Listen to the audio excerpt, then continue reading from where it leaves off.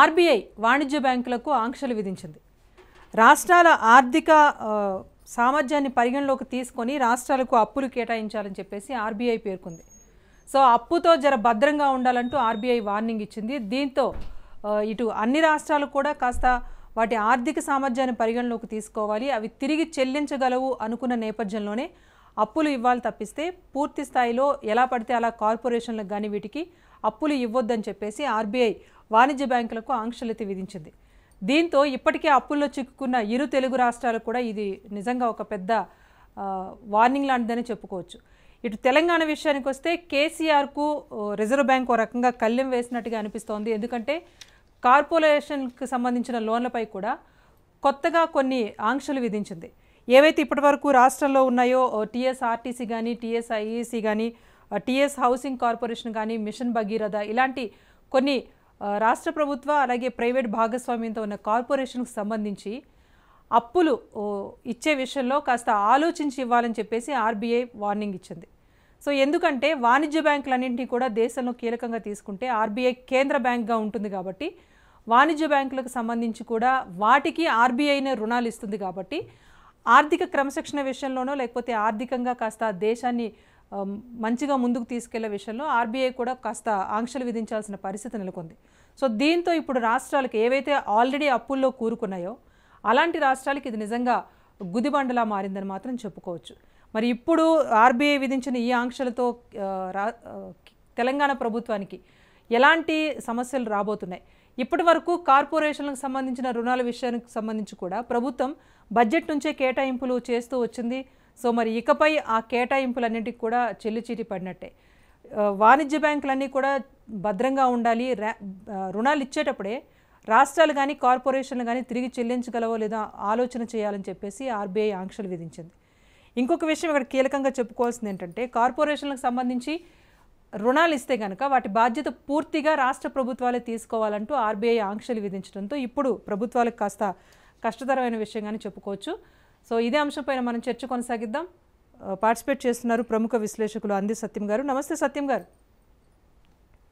నమస్తే అండి సార్, చెప్పండి. రాష్ట్రాల ఆర్థిక సామర్థ్యాన్ని పరిగణలోకి తీసుకొని రుణాలు ఇవ్వాలంటూ వాణిజ్య బ్యాంకులకు ఆర్బీఐ ఆంక్షలు విధించింది.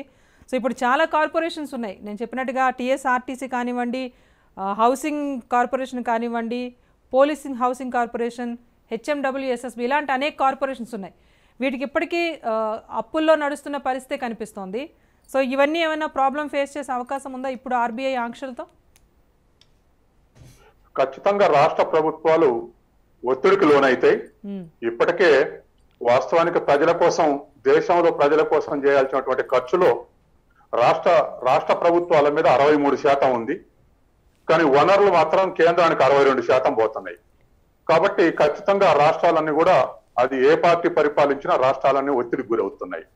ఇప్పుడు ఆర్బీఐ వార్నింగ్ అవసరమే, కానీ అది రిస్ట్రిక్షన్స్ లోకి దారి తీయకూడదు.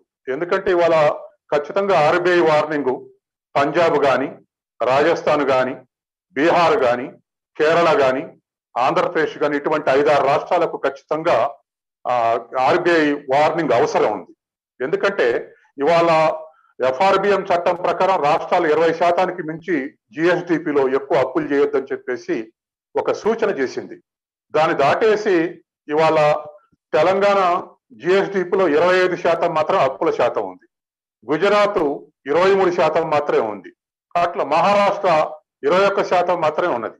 ఇవన్నీ కూడా 20 దగ్గర అప్పుల శాతం ఉంటే జిఎస్డిపిలో, కానీ పంజాబ్ 53%, బీహార్ 40%, రాజస్థాన్ 40%, ఏపీ 38%, ఇట్లా దాటిపోతా ఉన్నాయి. 40% జిఎస్డిపిలో అప్పుల శాతం ఉంటే ఏమైందంటే తెచ్చిన అప్పులు మొత్తం ఒక సంవత్సర కాలంలో ఒక రాష్ట్రం 40,000 కోట్ల అప్పు తెస్తే అది ప్రిన్సిపల్ అమౌంట్ కు వడ్డీకే సరిపోతాయి. ఒక ఎగ్జాంపుల్, ఇవాళ రాజస్థాను మనకు తెలంగాణ అంతా ఉన్నంతే అప్పు ఉంది, కానీ జీడిపి తక్కువ ఉంది కాబట్టి అప్పుల శాతం ఎక్కువ పడుతుంది. కానీ ఈ సంవత్సరం 17,000 కోట్లు ప్రిన్సిపల్ అమౌంట్ కట్టి 20,000 కోట్లు ఇంట్రెస్ట్ రేటు వేసింది. అంటే దరిదాపు 37,000 కోట్లు కట్టింది. కాబట్టి 40% దాటితే ప్రతి సంవత్సరం బడ్జెట్ లో తెస్తా ఉన్నటువంటి అప్పులు మొత్తం కూడా ప్రిన్సిపల్ అమౌంట్ వడ్డీలకే సరిపోతుంది. కాబట్టి ఈ 5-6 రాష్ట్రాలకు మాత్రం ఆర్బీఐ వార్నింగ్ ఇవ్వటం కరెక్టే.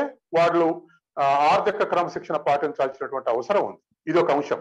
తర్వాత రాజకీయ పార్టీలు, అన్ని రాజకీయ పార్టీ నాయకులు కూడా అర్థం చేసుకోకుండా ఖర్చు చేస్తున్నారు, అప్పులు చేస్తున్నారు అంటున్నారు.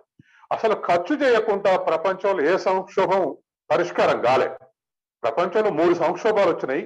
3 సంక్షోభాలు కూడా ఖర్చే పరిష్కరించింది. ఆర్థిక మాంద్యం వస్తే అమెరికాలో ప్రపంచం మొత్తం అల్లుకుంటే ఖర్చే పరిష్కరించింది. 2009లో ఆర్థిక సంక్షోభం వస్తే ఖర్చే పరిష్కరించింది. మొన్న మనకు పాండమిక్ సిచ్యువేషన్ లో, కరోనా సిచ్యువేషన్ లో ప్రతి దేశం కూడా స్పెషల్ ప్యాకేజ్, బెయిల్అవుట్ ప్యాకేజీ ప్రకటించి మన వాళ్ళు భారతదేశంలో 20 లక్షల కోట్లు, ఇతర అమెరికా, ఇతర యూకేలు కూడా పెద్ద ఎత్తున ప్యాకేజెస్ ప్రకటించి ఖర్చును పెంచి, కొనుగోలు శక్తిని పెంచి పరిష్కరించుకున్నారు. అంటే 3 సంక్షోభాల్లో కూడా ఖర్చు ద్వారానే పరిష్కరించబడింది. కాబట్టి ఖర్చు పెరుగుతూ ఉంటే, తర్వాత ద్రవ్యోల్బణం పెరుగుతూ ఉంటే రాష్ట్రాలు వేసుకున్నటువంటి ఎస్టిమేషన్స్ అవి రియలైజ్ కాకుండా పోతాయి. కాబట్టి అప్పులు తేవాల్సినటువంటి పరిస్థితి ఏర్పడతా ఉంది. ఈ పరిస్థితుల్లో ఖచ్చితంగా రాష్ట్రాలకు వార్నింగ్ ఇవ్వటం కరెక్టే, కానీ వాటికి పూర్తిగా రెస్ట్రిక్షన్స్ పెట్టి అసలు ఇయ్యలేము అంటాం కరెక్ట్ కాదు. ఇక మన రాష్ట్రం విషయానికి వస్తే ఆ అప్పుల సంక్షోభంలో తెలంగాణ లేదు. ఎందుకంటే మన జిఎస్డిపి 11.54 lakhs crores. ఈ 11,54,000 కోట్స్ లో మన 21-23 బడ్జెట్ ఎస్టిమేషన్ 3,29,000 కోట్లు అప్పు ఉంటుందని, కానీ ఎస్టిమేషన్స్ దాటి 3.5 లక్షల కోట్లు, 375 లక్షల కోట్లు రేపు ఫైనాన్షియల్ ఇయర్ అయిపోయే వరకు తేలుతుంది. కాబట్టి 25%, 26% మన అప్పుల శాతం జీడిపిలో ఉంది. కాబట్టి తెలంగాణలో రిస్ట్రిక్షన్స్ చేయటం కరెక్ట్ కాదు. ఎందుకంటే 40% పైన ఉన్నటువంటి సీరియస్ వార్నింగ్ ఉన్నటువంటి వాటికి చేయొచ్చు. అయితే తెలంగాణలో మంత్లీ 17,000 కోట్ల ఖర్చు ఉంటుంది అనుకుంటే, రాష్ట్ర ప్రభుత్వం 14,000 కోట్లు, బడ్జెట్ ఎస్టిమేషన్ లో 14,000 కోట్లు సుమారుగా రాబడి ఉండొచ్చు.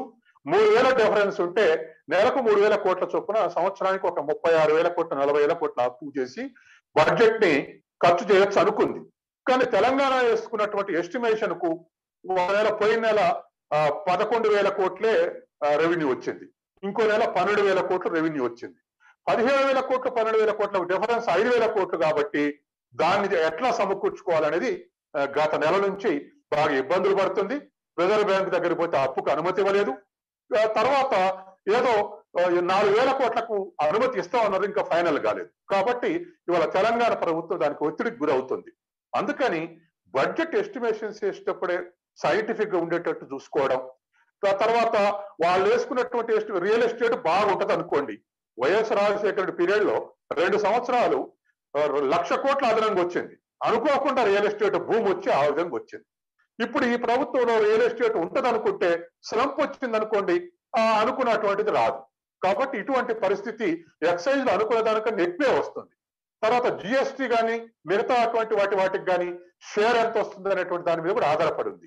కాబట్టి ఇవాళ తెలంగాణ ప్రభుత్వం ఒత్తిడిలో ఉండటానికి కారణం మంత్లీ ఇన్కమ్ రెవెన్యూ అనేది కన్సిస్టెన్సీ లేకుండా ఒక నెల ఎక్కువ రావటం, ఒక నెల తక్కువ రావటం, తర్వాత పథకాలు కూడా అనుకోని పథకాలు అనౌన్స్ చేయటం, అటువంటి పథకాలని కాస్త మోయలేని భారంగా మారితే ఇటువంటి ఒత్తిడికి లోనవుతుంది. అందుకని ఏదైనా ఏ రాష్ట్ర ప్రభుత్వానికైనా ఇవాళ ఆర్బీఐ అనేటువంటి సిగ్నల్ అనేది కరెక్ట్.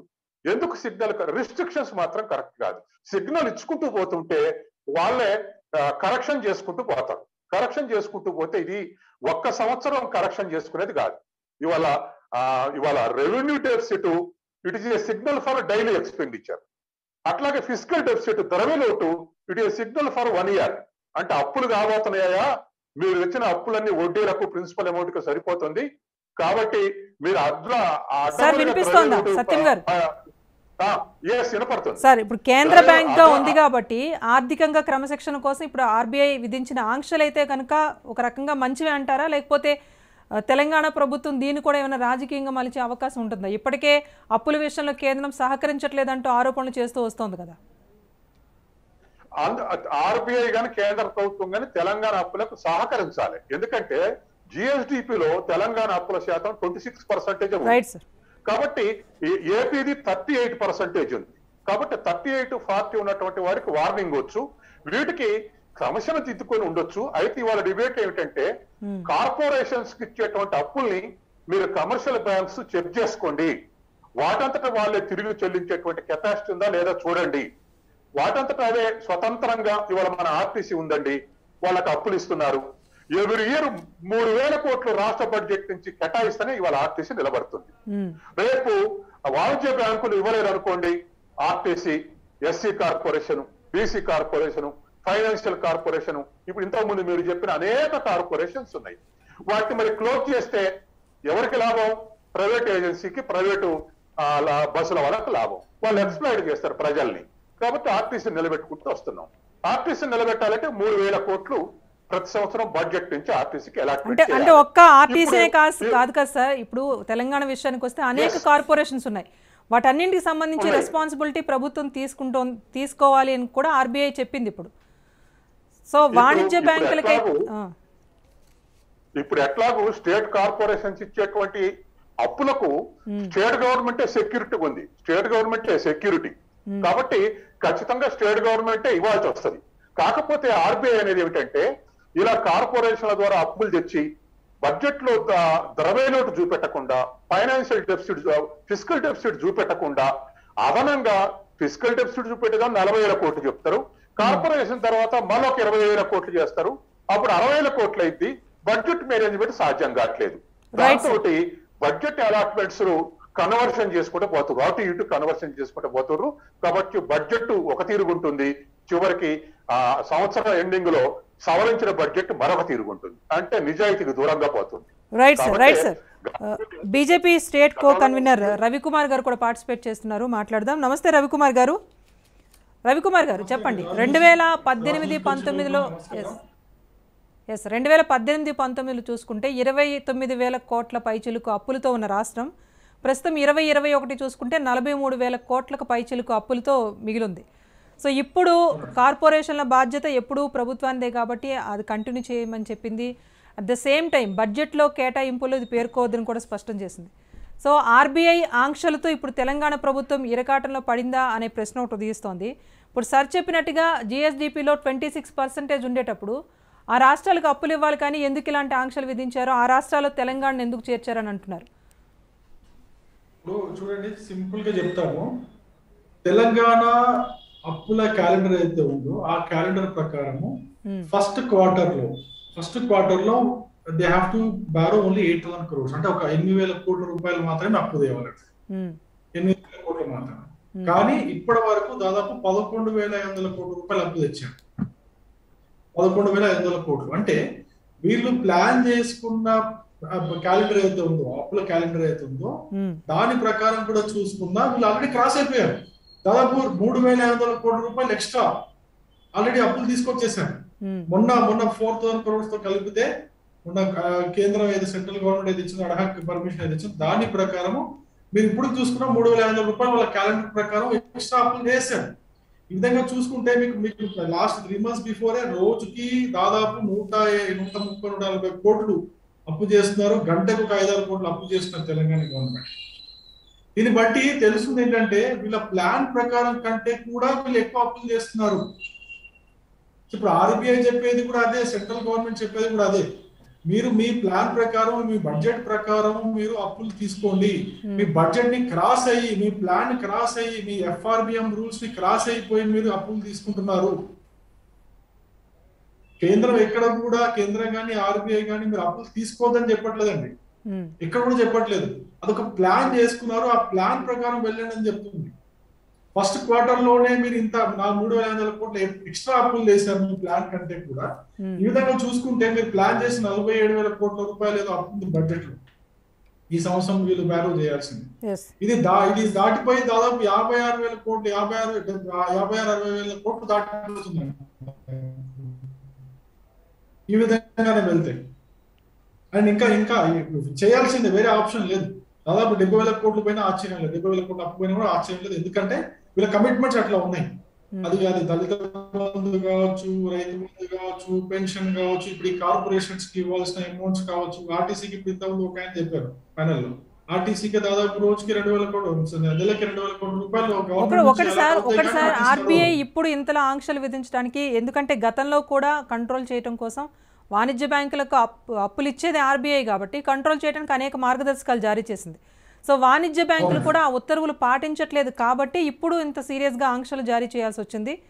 సో దీన్ని ఇప్పుడు విమర్శించాల్సిన అవసరం ఏమైనా ఉందంటారా? ఇప్పుడు ఆర్బీఐని విమర్శించాల్సిన అవసరం లేదండి. ఆర్బీఐ మంచి పనే చేస్తుంది ఆబ్వియస్లీ. ఎప్పుడైనా కానీ వాళ్ళు ఆర్బీఐ వాళ్ళు మీకు ఏది మంచిదో, స్టేట్ గవర్నమెంట్స్ కి ఏది మంచిదో అండ్ కమర్షియల్ బ్యాంక్స్ కి ఏది మంచిదో, అదే విధంగా ఈ వీళ్ళు కలెక్షన్ చేసుకుని కోఆపరేటివ్ బ్యాంక్స్ కి ఏది మంచిదో, స్టేట్ గవర్నమెంట్ కార్పొరేషన్స్ కి కూడా ఏది మంచిదో అదే చెప్తుంది, వేరే. అండ్ ఇంకో విషయం, ఆర్బీఐ ఎక్కడ కూడా ఆంక్షలు చెప్పలేదండి. మీరు కరెక్ట్ గా చూస్తే ఆంక్షలు విధించలేదు. చెప్పింది ఏంటంటే చూసుకోండి వాళ్ళకు రీపే కెపాసిటీ లోన్ తీసుకున్న తర్వాత రీపే కెపాసిటీ ఉందా లేదా చూడండి. ఆ లోన్ రీపే కెపాసిటీ ఉంటేనే మీరు రిలీజ్ చేయండి లోన్స్ అనేది ఆర్బీఐ కమర్షియల్ బ్యాంక్స్ కి ఒక సూచన లాగా ఇచ్చిందండి. రైట్, అంతే. ఇప్పుడు వీళ్ళు బ్యాంకర్స్ ఏం చేస్తున్నారంటే ఇప్పటివరకు కూడా వాళ్ళు గవర్నమెంట్ కదా, కార్పొరేషన్స్ కదా అడుగుతున్నాయని ఒక ఉద్దేశంతో వాళ్ళు ఇచ్చేస్తూ పోతున్నారు. కొంచెం జాగ్రత్తగా రీపేయింగ్ కెపాసిటీ ఎలా రీపే చేస్తారు. ఇప్పుడు ఆర్టీసీకి ఎగ్జాంపుల్ ఒక కార్పొరేషన్ అప్పు ఇస్తున్నారు. ఆ కార్పొరేషన్ కి అన్ని అప్పు ఇచ్చేటప్పుడు స్టేట్ గవర్నమెంట్ గ్యారంటీ ఉంటుంది. ఆ స్టేట్ గవర్నమెంట్ గ్యారంటీ ఉన్నా కూడా ఈ కార్పొరేషన్ కి పేయింగ్ కెపాసిటీ, రీపేయింగ్ కెపాసిటీ ఉందా లేదా, లోన్ తీసుకునే పేయింగ్ కెపాసిటీ ఉందా లేదా అనేది చూడమంటుంది అంతే. ఎందుకు అంటే మొన్న జూన్ లో అడాక్ పర్మిషన్ తో అయితే సెంట్రల్ గవర్నమెంట్ ఒప్పుకుందో 4,000 crore రూపీస్ అయితే లోన్స్ వీళ్ళు ఓపెన్ మార్కెట్ నుంచి బాండ్స్ యాక్షన్ ద్వారా తీసుకున్నారో దాన్ని కూడా నెక్స్ట్ 13 years లో రీపే చేయాలండి. 13 years లో స్టేట్ గవర్నమెంట్ రీపే చేయాలి విత్ 8% ఇంట్రెస్ట్ అయితే పెట్టారు. సో ఇట్లా పెట్టుకుంటూ పోతే స్టేట్ గవర్నమెంట్ అప్పుల్లో ఉంది. స్టేట్ గవర్నమెంట్ గ్యారంటీ కార్పొరేషన్స్ కి ఇచ్చే గ్యారంటీని తీసుకొని బ్యాంక్స్ అనవసరంగా కార్పొరేషన్స్ కి ఇచ్చేసి ఇబ్బందుల్లో పడవద్దు అనేది ఆర్బీఐ సూచిస్తున్న విషయం.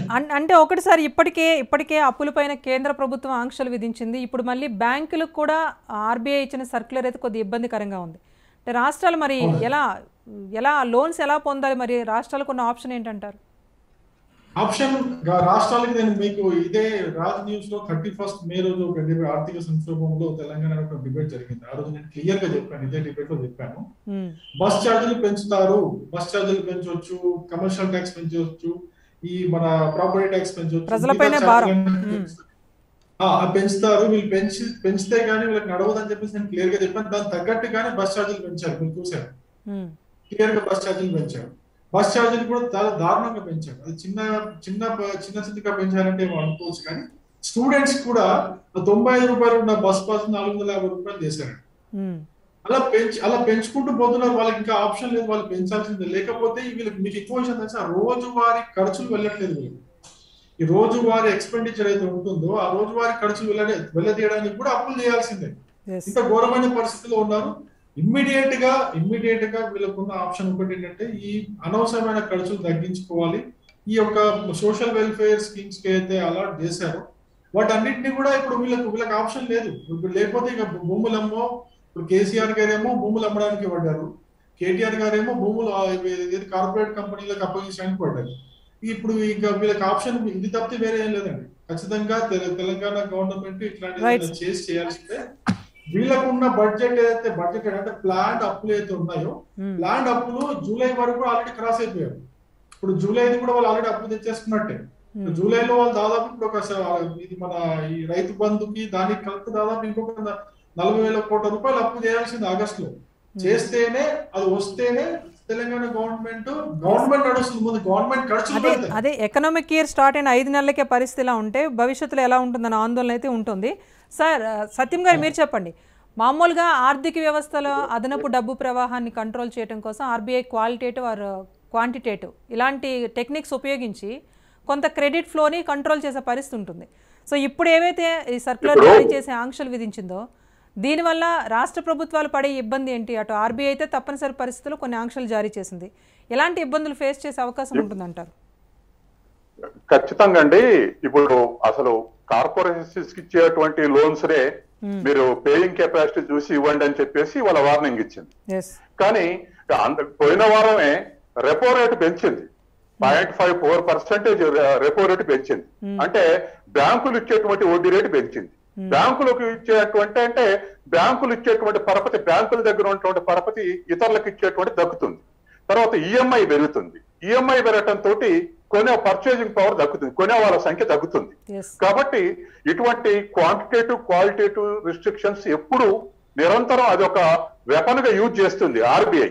దానికి ఎవరికి అభ్యంతరం లేదు. ఎందుకంటే ఇవాళ 9 years లో ఆల్ టైమ్ ఈ డికేడ్ లో హైయెస్ట్ ఇన్ఫ్లేషన్ ఈ నెలలోనే 7.79% ఇన్ఫ్లేషన్ ఉంది. ఈ వారంలో 7.04 కు తగ్గింది inflation, which is highest in 9 years. కాబట్టి ఖచ్చితంగా దేశవ్యాప్తంగా ధరలు తగ్గేలాంటి ఉద్దేశంతో రెపో రేటు పెంచింది ఇవాళ. అదంతా మనకు క్వాంటిటేటివ్ రిస్ట్రిక్షన్స్ లో వస్తది. అట్లాగే ఈఎంఐలో తేడాలు రావటం వల్ల అందులో కూడా క్వాలిటేటివ్ లో కొంత తేడా వస్తుంది. ఇప్పుడు ఏమిటంటే ఇప్పుడు ఈ 2,50,000 కోట్లు మన రాష్ట్ర బడ్జెట్ అనుకోండి, ద్రవ్యోల్బణం 4% ఉన్నప్పుడు ప్రవేశపెట్టే బడ్జెట్ ఇవాళ 7% ద్రవ్యోల్బణం ఉన్నప్పుడు ఖర్చు పెట్టాలి. అంటే 2,50,000 కోట్లకి ఏ పనులు చేద్దాం అనుకుర్రో మార్చిలో ప్రవేశపెట్టినప్పుడు ఇప్పుడు 3 లక్షల కోట్లు పెడితేనే ఆ పనులు అవుతాయి. అంటే పరోక్షంగా రాష్ట్ర ప్రభుత్వాల మీద ఆ భారం పడుతుంది. దేశవ్యాప్తంగా ధరలు పెరగటం వల్ల ఆ విధంగా భారం పడుతుంది. మరొకటి ఏమిటంటే వాళ్ళు అనుకుంటున్నట్టు జిఎస్డిపిలో అప్పుల శాతం తక్కువ ఉండాలంటే దీనికి 2 మార్గాలు ఉన్నాయి. ఒకటి, అప్పులు తక్కువ చేస్తే జిఎస్డిపిలో అప్పుల శాతం తగ్గుద్ది. రెండవది, అప్పులు ఎక్కువ తెచ్చుకున్న రిలేటివ్ గా గ్రోత్ రేట్ ఎక్కువ ఉంటే అప్పుల శాతం తగ్గుద్ది. మీకు ఒక ఎగ్జాంపుల్ చెప్తా. సపోజ్ ఇవాళ 3.5 లక్షల కోట్ల అప్పు ఉంది, 11.5 లక్షల కోట్ల జీడిపి ఉంది. రేపు 3.5 లక్షల కోట్ల నుంచి 4 లక్షల కోట్లకు అప్పు పెరిగి జీడిపి మాత్రం 11.5 నుంచి 13 లక్షల కోట్లు పెరిగింది అనుకోండి. Percentage of debt in GSDP will decrease from 26% to 22-23. అంటే జీడిపి పెరిగితే అప్పుల శాతం తగ్గుద్ది. ఇది ఒక మార్గం. లేదు, అప్పులు తెచ్చుకోవడం తగ్గిస్తే జీడిపి స్టాటిక్ ఉన్న దాని శాతం తగ్గుతుంది.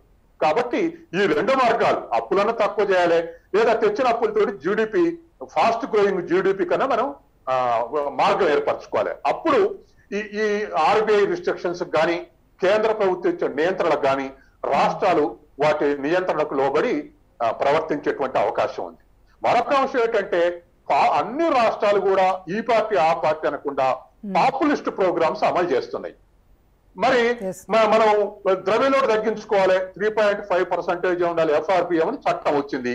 వస్తే ఆ 3.5 కాపాడుకోవడానికి ఏం చేస్తారు? ప్రతి సంవత్సరం ద్రవ్యలోటు తగ్గించుకోవటానికి ఇప్పుడు మన రాష్ట్రంలో 2.5 లక్షల కోట్ల బడ్జెట్ లో 3.5 ద్రవ్యలోటు ఉంటే అది కాపాడుకోవడానికి 43,00,000 కోట్ల లోపు ఉండాలంటే ఏం చేస్తారు? దాన్ని దాటుద్ది అనుకుంటే అంటే ఏం చేస్తారు? ఇప్పుడు జీతాలు తక్కువ ఇస్తే ఉద్యోగస్తులు ఊరుకోరు, కాంట్రాక్టులకి ఇవ్వకపోతే పనులు నడవు. మరి ఎక్కడ అంటే ప్రతి సంవత్సరం కూడా విద్యా వైద్యం మీద కోత పెడుతూ, అంటే తర్వాత పాపులర్ వెల్ఫేర్ స్కీమ్స్ మీద కోత పెడుతున్నారు. ఇలా కోత పెడితే ఎవరు నష్టపడేది? పేద ప్రజలు, మధ్యతరగతి ప్రజలే నష్టపడతారు. అంటే ద్రవ్యం లోటు తగ్గించుకోవటానికి ఎక్స్పెండిచర్ ని సేవ్ చేస్తే ఆ కత్తి ఎవరి మీద పడుతుంది అంటే పేద ప్రజల మీద, మధ్యతరగతి ప్రజల మీద పడుతుంది. ఒకటిసారి ద్రవ్యోల్బణం అనేది ఇలా పెరుగుతూ పోతే గనక భవిష్యత్తులో మరిన్ని ఆంక్షలు విధించే దిశగా ఆర్బీఐ వెళ్తుందా? అప్పుడు ఎలా ఉంటుంది మిగతా అన్ని రాష్ట్రాల పరిస్థితి? అయితే సీజన్ వస్తే లేదా గ్రోత్ రేట్ పెరిగితే ద్రవ్యోల్బణం న్యాచురల్ గా కంట్రోల్ అయ్యేటువంటి అవకాశం ఉంది. రేపు సీజన్ వచ్చిన తర్వాత డిసెంబర్ లో వ్యవసాయ ఉత్పత్తి బాగా పెరిగింది అనుకోండి, ద్రవ్యం మీద కొంత ఖచ్చితంగా పాజిటివ్ ఎఫెక్ట్ ఉంటుంది. అట్లాగే ఇండస్ట్రియల్ గ్రోత్ రేట్ పెరిగిందండి, ఇంకొంత ఎఫెక్ట్ ఉంటుంది. తర్వాత అన్ప్రొడక్టివ్ ఎక్స్పెండిచర్స్ ఏదంటే కేంద్ర రాష్ట్ర ప్రభుత్వాలు కూడా కరెక్ట్ చేసుకున్నాయి అనుకోండి, ఇంకొంత తగ్గేటువంటి అవకాశం ఉంది. కాబట్టి ద్రవ్యోల్బణం కంట్రోల్ చేయడానికి 2 మార్గాలు, ఉత్పత్తి పెంచడం లేదా వాటికి ఏవేవైతే ఇన్ఫ్లేషన్ ఎక్కువ, కన్జ్యూమర్ గూడ్స్ ఎక్కువ స్పైరల్ ఉన్నాయనుకోండి, వాటిని పబ్లిక్ డిస్ట్రిబ్యూషన్స్ ద్వారా కంట్రోల్ చేసి పంచడం, అంటే ప్రజల మీద భారం పడకుండా. కాబట్టి ఈ మార్గాలు ఉన్నాయి. ఆ మార్గాలు కూడా ప్రభుత్వం అనుసరిస్తుంది. కానీ ఏదేమైనా ఇవాళ 10 ఏళ్ల ఎక్కువ ద్రవ్యోల్బణం ఉంది కాబట్టి దీంతో మధ్యతరగతి పేద ప్రజలు మాత్రం కాస్త ఊగిసలాడుతారు, జీవితం ఎట్లా గడపాలని తెలియదు. అందుకే కంట్రోల్ చేయడానికే మొన్న రెపో రేటు పెంచింది reserve bank of India. Right sir. Ravikumar గారు చెప్పండి, అప్పులు తీసుకోగానే కాదు అది తిరిగి చెల్లించే విధానం కూడా తెలపాలి. రాష్ట్ర ప్రభుత్వాలు తీసుకున్న అప్పులపైన శ్వేతపత్రాలు విడుదల చేయడంలో రాష్ట్ర ప్రభుత్వాలు కూడా ముందుండాలని చెప్పింది. సో దీనిపైన విమర్శలు చేస్తున్నారు నేతలు ప్రతి అంశానికి సంబంధించి. ఎందుకు అప్పులు తీసుకునేటప్పుడు వాటికి సంబంధించి ఖర్చులు కూడా చూపించాలి కదా? ఇప్పుడు అక్కడ విమర్శలు చేయడానికి ఏం లేదు, దాంట్లో రాజకీయం చూడడానికి కూడా ఏం లేదు. ఆర్బీఐ క్లియర్ గా చెప్తుంది మీరు ఎట్లా రీపే చేస్తారు, దీన్ని ఎట్లా మీరు సర్దుకుంటారు అనేది క్లియర్ గా అడుగుతుంది. దాని దగ్గర అంటే అడుగుతుంది అంటే తనకు సూచనలు ఇస్తుంది, ఒక వార్నింగ్ లాగా ఇస్తూ ఉంటుంది. అంతేగాని ఆర్బీఐకి ఏముంది, వాళ్ళ లిమిట్స్ ఉంటాయి. ఇప్పుడు వాళ్ళ లిమిట్స్ దాటి వాళ్ళు ఏం ఆంక్షన్ లాగా వేసి అంటే ఓవర్ పవర్ లాగా ఏం చేయరు అట్లా. కాకపోతే గవర్నమెంట్స్ మాత్రం ఇప్పుడు ఎగ్జాంపుల్ చెప్తాను. Telangana government FRBM as per Telangana FRBM ఉంటుంది.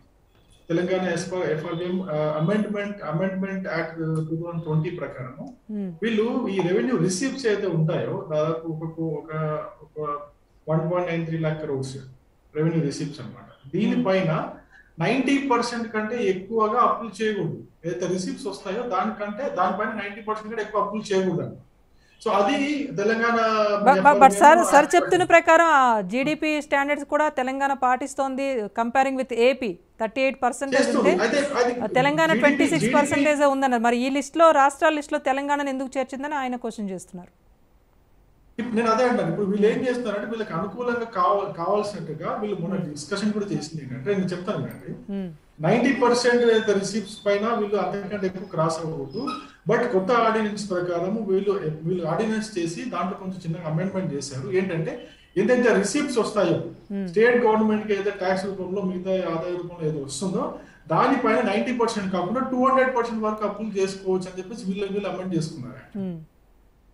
అంటే 200% అంటే చూడండి ఎంతైతే ఇన్కమ్ వస్తుందో గవర్నమెంట్ కి దానిపైన 90% వరకు అప్పులు చేయొచ్చు అని ఉన్న రూల్ ని ఎఫ్ఆర్బిఎం రూల్ ని దాన్ని 200% వీళ్ళే అమెండ్ చేసుకున్నారు. అమెండ్ చేసుకొని దాని ప్రకారం ఇప్పుడు అప్పుల క్యాలెండర్ వీళ్ళు వేసుకున్నారు. అంటే మీరు చూడండి ఇప్పుడు జీడిపి పెంచాలన్న ప్లాన్, ఓకే, అప్పులు తగ్గించుకోవాలన్న ప్లాన్ ఇవన్నీ కూడా ముందే చేసుకున్న తర్వాతనే దీన్ని అమెండ్ చేశారు. ఇప్పుడు మా సార్ని ఒకసారి మీరు చెక్ చేసుకోమని చెప్పండి. ఎందుకంటే క్లియర్ గా ఇదంతా ఇప్పుడు సార్ చెప్తున్నా జీడిపి పెంచాలి అంటే జీడిపి పెంచాలి. అదే కేంద్ర ప్రభుత్వం నుంచి అదే చెప్తుంది. ఆర్థిక క్రమశిక్షణ లేని రాష్ట్రాల పైన ఆంక్షలు తప్పవని చెప్పారు, అదే పాటిస్తున్నారు. కానీ విమర్శలు కూడా వస్తున్నాయి. మనం చెప్తున్నాయన్నీ కూడా ఏదైతే ఏంటి పరిస్థితి, తెలంగాణ యొక్క పరిస్థితి ఏంటి, ఎలా చేస్తుంది తెలంగాణ గవర్నమెంట్, ఏం చేస్తే ఇప్పుడు ఈ అప్పుల బాధతో బయటపడతాం అనేది అన్ని కూడా వాళ్ళు ముందే ఆలోచించుకొని దాని తగ్గట్టుగా ఈ యాక్ట్ ని మళ్ళీ అమెండ్ చేసి 90% అయితే ఆదాయం పైన 90% కాకుండా ఆదాయం పైన 200% అప్పులు చేయొచ్చు అనేది వీళ్ళు అమెండ్ చేసుకుని దాని తగ్గట్టు ఇప్పుడు వాదించి అప్పుల క్యాలెండర్ ప్లాన్ చేసుకున్నారు. అంతేగాని ప్లాన్ లేకుండా వెళ్ళేదని కాదు. ఇప్పుడు ఏమైపోయిందంటే ఈ 200% అయితే ఆదాయం పైన వచ్చి 200% పాయింట్ కంటే కూడా ఇంకా ఎక్కువ అప్పులు చేస్తే గానీ తెలంగాణ రాష్ట్రం మొత్తం ఈ బడ్జెట్ ఏమో నడవదు. రైట్, సమయాభావం వల్ల ముగించాల్సి వస్తుంది. రవికుమార్ గారు థ్యాంక్ యూ సో మచ్ అండి. సత్యం గారు థ్యాంక్ యూ సో మచ్ అండి పార్టిసిపేట్ చేసినందుకు. Thank you. సో మొత్తానికైతే ఆర్బీఐ ఆంక్షలు వాణిజ్య బ్యాంకులకు విధించింది. రాష్ట్రాల ఆర్థిక సామర్థ్యాన్ని పరిగణలోకి తీసుకుని అప్పులు ఇవ్వాలని చెప్పింది. అట్ ద సేమ్ టైం అప్పుల వివరాలు కూడా సేకరించండి రాష్ట్రాల నుంచి అని చెప్పింది. ఎందుకంటే వాణిజ్య బ్యాంకులకు రుణాలు ఇచ్చే ఆర్బీఐ బాధ్యతగా చేయాలి కనుక చేస్తుంది. ఆర్థిక క్రమశిక్షణ తప్పిన రాష్ట్రాలపైన ఆంక్షలు తప్పనిసరిగా విధించాల్సిన అవసరం ఉంది. సో మొత్తంగా రాష్ట్ర ప్రభుత్వాలు కూడా అప్పులు తీసుకోవటమే కాదు దానికి సంబంధించిన వివరాలపై కూడా శ్వేతపత్రం విడుదల చేయాలి. ఆర్థిక క్రమశిక్షణ తప్పగా పాటించాలి కనుకనే అందులో భాగంగానే ఆర్బీఐ ఆంక్షల దిశగా ముందుకు వెళ్ళిందన్నది మాత్రం వాస్తవం. ఇది ఇప్పటి వరకు అప్డేట్. చూస్తూనే ఉండండి రాజ్ న్యూస్.